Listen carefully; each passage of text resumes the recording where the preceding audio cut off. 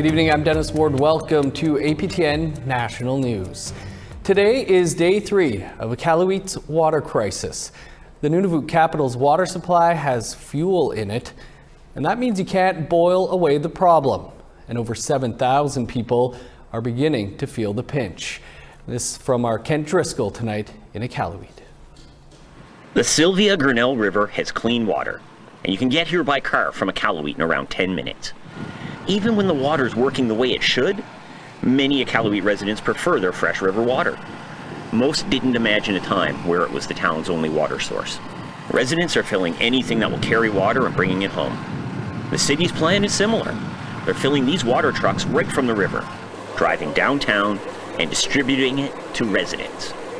You're supposed to boil the river water for a minute before drinking, which sure beats the piped water right now. The petroleum hydrocarbons in Iqaluit's water can't be removed by boiling. It's so toxic that pregnant women and infants are advised to not even use city water to bathe. These City of Iqaluit workers have been working since 8 a.m. until midnight, since Tuesday, with no let-up in sight. Test results for the water contamination aren't even due until Monday. Iqaluit residents can handle a lot. Major arson, windstorms that peel the roofs off of buildings, blizzards. But this water problem, this is starting to weigh on residents. Everybody needs a lot of water. We can't drink it. We can't brush our teeth with it. We can't shower our babies with it. We can't wash our dishes. So I guess this probably really puts into perspective how magic having running water is. I'm surprised Red Cross hasn't come in with a truck or a couple planes full of water, because this is the time that we really need it. They should be here to help out as well. It is stressful because I have to wash dishes. Like the top I have here, it's gonna last an hour actually for both of us, because I'm using it for dishes and I'm using it for the food, so one jug is like good for one supper. Jugs of water from the south, the government of Nunavut promised, started landing at the airport today. But scenes like this are likely to continue. After all, can you airlift enough clean water to supply a community of over 7,000 people? If you can, how long can you keep it up for? None of these questions have easy answers, but Iqaluit residents are going to have to find out. Kent Driscoll, APTN National News, Iqaluit. An Inuit community in the most northern reaches of Quebec is under red alert. This after a COVID-19 outbreak in their community. And the community's mayor says they are nearly out of vaccines. Tom Fenario has that story. Ivuyuvik is the northernmost settlement in Quebec. Located in the Inuit territory of Nunavik, its name loosely translates as the place where ice accumulates because of strong currents. But this week it became known for something else. The approximately 400 people here are currently in lockdown because there are 8 active cases of COVID-19. It's hard to be isolated, and it's stressful. The community has been locked down for the regional travels, and there's no school, no daycare, and the public places are closed. Compounding the problem is that according to the most recent stats, only 55% of people over 12 are vaccinated. That's 30% lower than the province as a whole. Also of concern is that 400 kilometers to the south, the community of Inukjuak has an active case. Their vaccination rate of people over 12 is 38%. The rate falls to 28% when the whole population is factored in. Ivuyuvik Mayor Salamoni Hovovok says now that a vaccine passport is required to fly out of the community, more will get the shot once the lockdown is over. Except that he says the community is almost out of doses. We are expecting some vaccine in the coming weeks for the community. APTN requested an interview with the Nunavik Regional Board of Health and Social Services regarding vaccinations, but did not receive a response before deadline. Meanwhile, the Nunavik region battled a similar outbreak in spring of 2020, but it is not clear if the current cases are the more contagious Delta variant. This time is more serious matter, so we have to be careful of it. Police in Ivuyuvik are currently enforcing a curfew from 11 p.m. to 7 a.m. With the fall hunting season underway, the hope is that the latest wave will pass without incident, and that things will get back to normal soon. The belugas are opening season on November 1st, and we are expecting to go hunting soon when there is no active cases in the community. Tom Fenario, APTN National News, Montreal.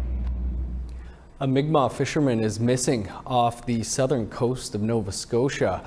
A Sipekne'katik fishing vessel was about 27 kilometers off the shore, southwest of Yarmouth, when 3 crew members went to sleep. When they woke up, the captain from Sipekne'katik First Nation was not on board. 2 Coast Guard vessels, a helicopter, a Hercules airplane, and a provincial aircraft are searching the area. The 3 remaining crew members are back on shore. We'll have more on this story as it develops.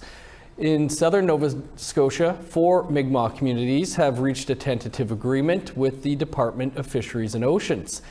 It will allow them to launch a moderate livelihood fishery in their traditional territory, which includes some of the most lucrative lobster fishing areas. The 4 First Nations developed the tentative agreement with the federal government to harvest lobster in their traditional Mi'kmaq district, but the lobster will be harvested during the regulated commercial season. The communities will share 3,500 lobster traps with 70 traps per person, and the lobster will be authorized for commercial sale. Some community members say the deal is the same as a commercial license, but Eric Shiley, a lawyer for an advisory group for the Assembly of Nova Scotia Chiefs, disagrees. Well, it's different from the commercial fishery in the fact that harvesters and gear are going to be identified by the community, and the community is going to make decisions about how many people are designated as harvesters. And another Winnipeg cab driver is facing charges. Details coming up after the break.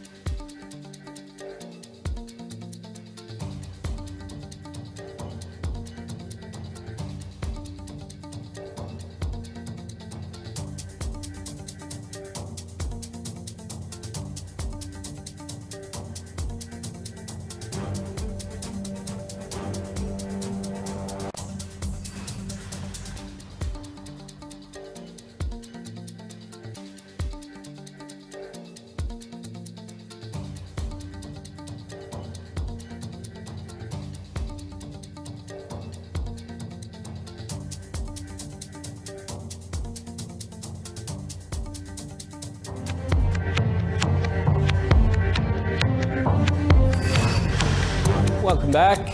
A new Winnipeg City bylaw makes it illegal for homeless camps to set up under or beside bridges. Michelle Karlenzig has more about how it affects the people living there. As of October 1st, it's illegal for people in Winnipeg to camp or have fires next to bridges. The move comes after countless fires sparked up over the years. Now, the city says it's unsafe for people to live there. Camp residents say they aren't sure where they'll go next and say the bridge is a safe space. It doesn't rain under the bridge and it doesn't snow under the bridge, so a little bit of safety, security, I guess, that way. This gentleman, who And we seem to be having some issues with that story. We'll try to bring you it in a bit. Meanwhile, a cab driver in Winnipeg has been charged with extortion and dangerous driving after taking off with an Indigenous woman hanging out of his vehicle yesterday. This video was posted on Facebook by the woman's friend and shows the driver taking off with the woman hanging on.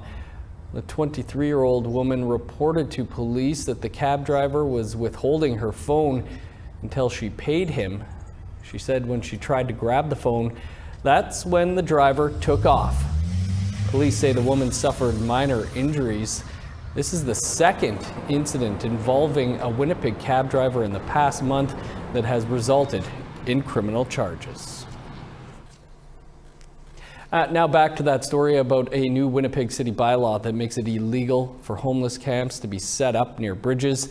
Here's that story from Michelle Karlenzig.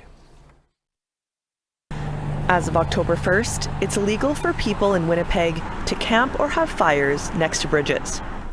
The move comes after countless fires sparked up over the years. Now, the city says it's unsafe for people to live there. Camp residents say they aren't sure where they'll go next and say the bridge is a safe space. It doesn't rain under the bridge and it doesn't snow under the bridge, so a little bit of safety, security, I guess, that way. This gentleman, who used an alias, says city police came this morning to tell him he had a week to find a new home. He says he can't go to shelters because he doesn't have any identification. Homelessness advocates, like CEO Jason Whitford from End Homelessness Winnipeg, say the camps under the bridge are a safety hazard, but there needs to be better long-term solutions. The greatest need is affordable, safe housing, barrier-free housing that supports individuals that have mental illnesses or that living with addictions. That's one of the biggest need, and there's always been a great need for Indigenous-led resources, approaches, holistic programming that offer healing right within their programming and sensitive to the needs of the realities of Indigenous people, the trauma associated to the past and the life that they've experienced. The Indigenous population makes up a large portion of the homeless population in Canada, and roughly 70 to 80% are Indigenous, says Whitford. He also says roughly 50% of the homeless people have been exposed to the child welfare system. COVID has only made things worse for the people living on streets, and Whitford says more needs to be done at all levels of society. We have to do more to kind of meet halfway and address the needs of our most vulnerable population. And we have to strategize to help ensure everybody is safe, has a right to housing. According to End Homelessness Winnipeg, there are roughly 100 homeless camps in Winnipeg right now. The Indigenous organization plans to conduct a street survey this spring to update demographics and data here in the city. Michelle Karlenzig, APTN National News, Winnipeg. A Northern Alberta First Nation is building a biorefinery that will help feed its people and make a sizable profit. APTN's Chris Stewart has that story. The Horse Lake First Nation is a small community in northwestern Alberta. They recently broke ground on a biorefinery. That is a refinery that uses biomass like wood for fuel instead of oil and gas.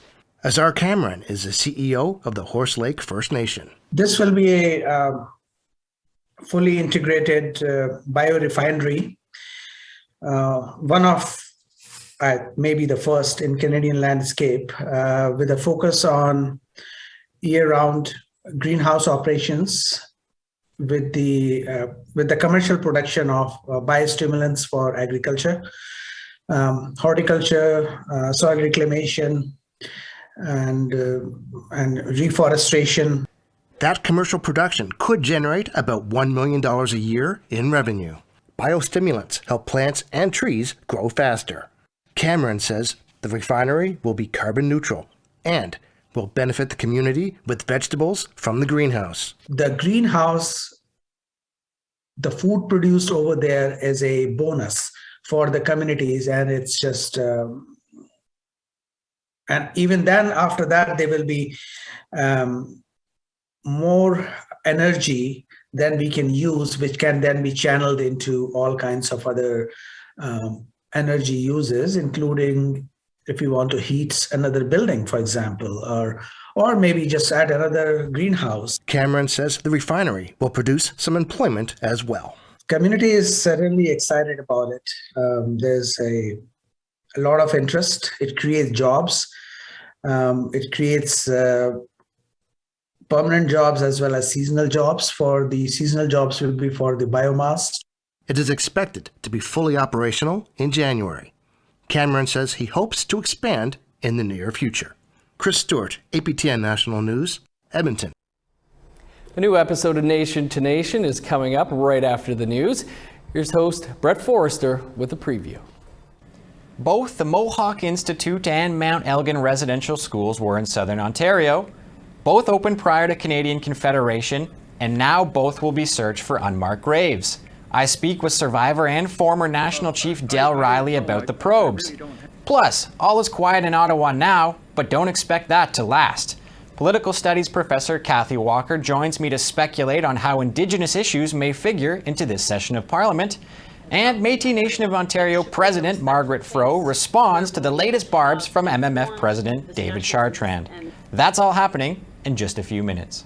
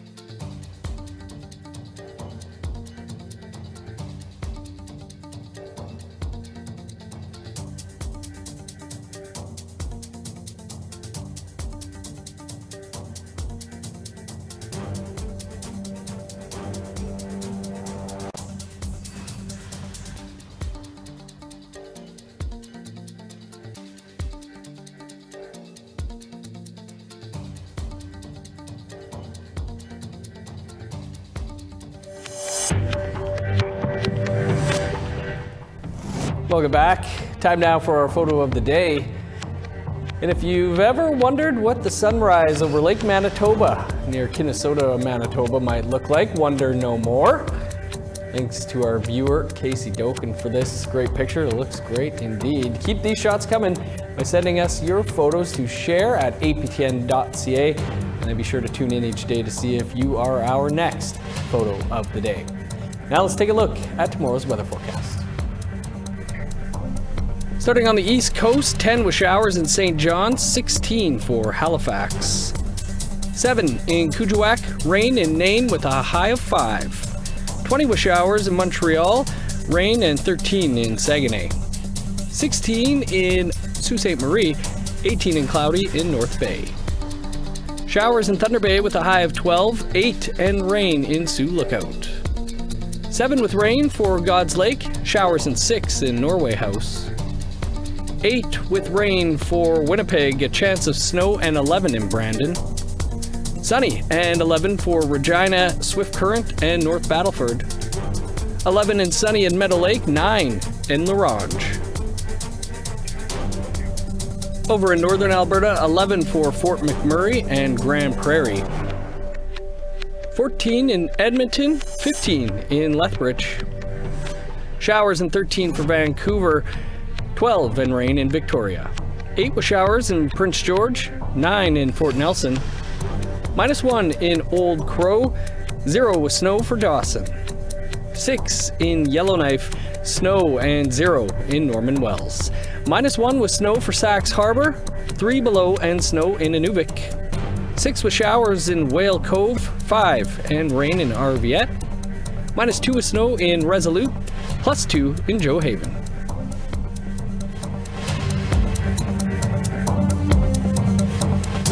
It's been a busy year for author and Norway House Cree Nation member David Robertson.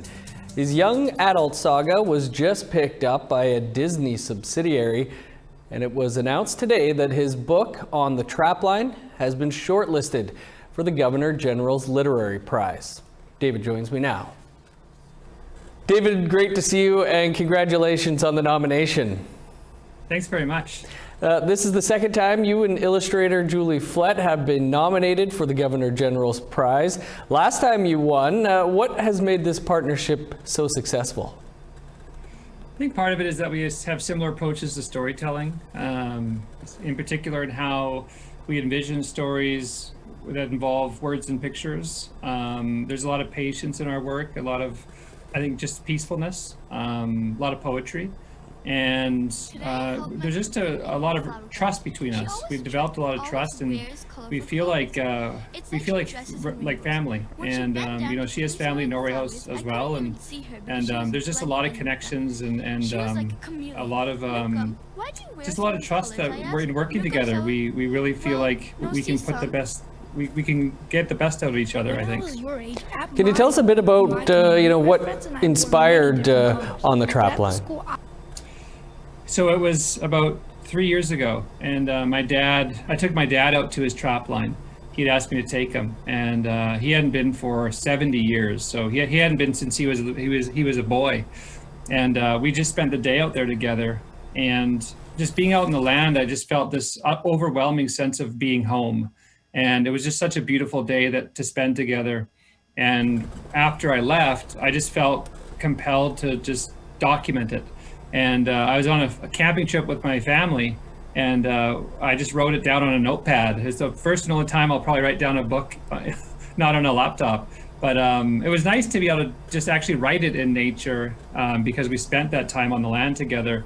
And so it came from there, and I just made it a grandfather and a grandson rather than a father and a son, because I didn't think anybody would read a picture book with like a 44-year-old dude. So it was, and I like those intergenerational connections. They're really powerful, and that's kind of where it came from. It was just like really trying to pay tribute to our relationship and to my dad.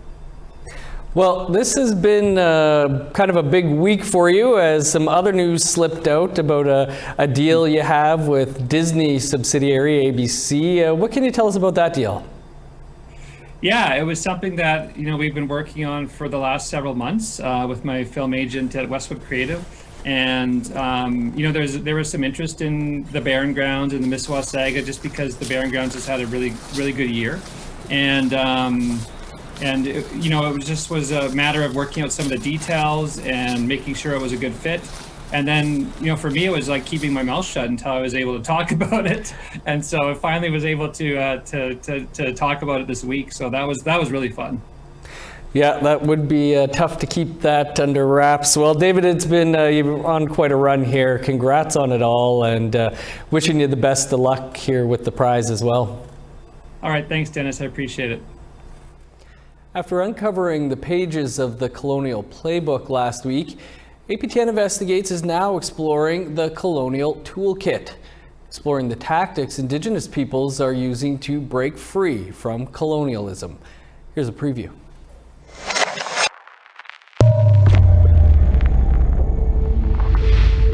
In the first part of this series, we looked at the tactics from Canada's Colonial Playbook. So everyone knew what was going on, including the RCMP, including the churches, and that's why such great efforts were taken to conceal it all. It does take this ground-penetrating radar, I think, to communicate that truth to non-Indigenous people. I just really wish that survivors had been believed when they first started to tell those stories. Yeah, I was watching television and I saw the Prime Minister. We are not fighting Indigenous kids in court. And yet that next week, we were going to federal court to defend children against the government of Canada. That shows us where we are in this whole colonialism debate, is that the government still feels it can stand up and really lie to Canadians and lie to itself. And now we look at those who are countering the playbook.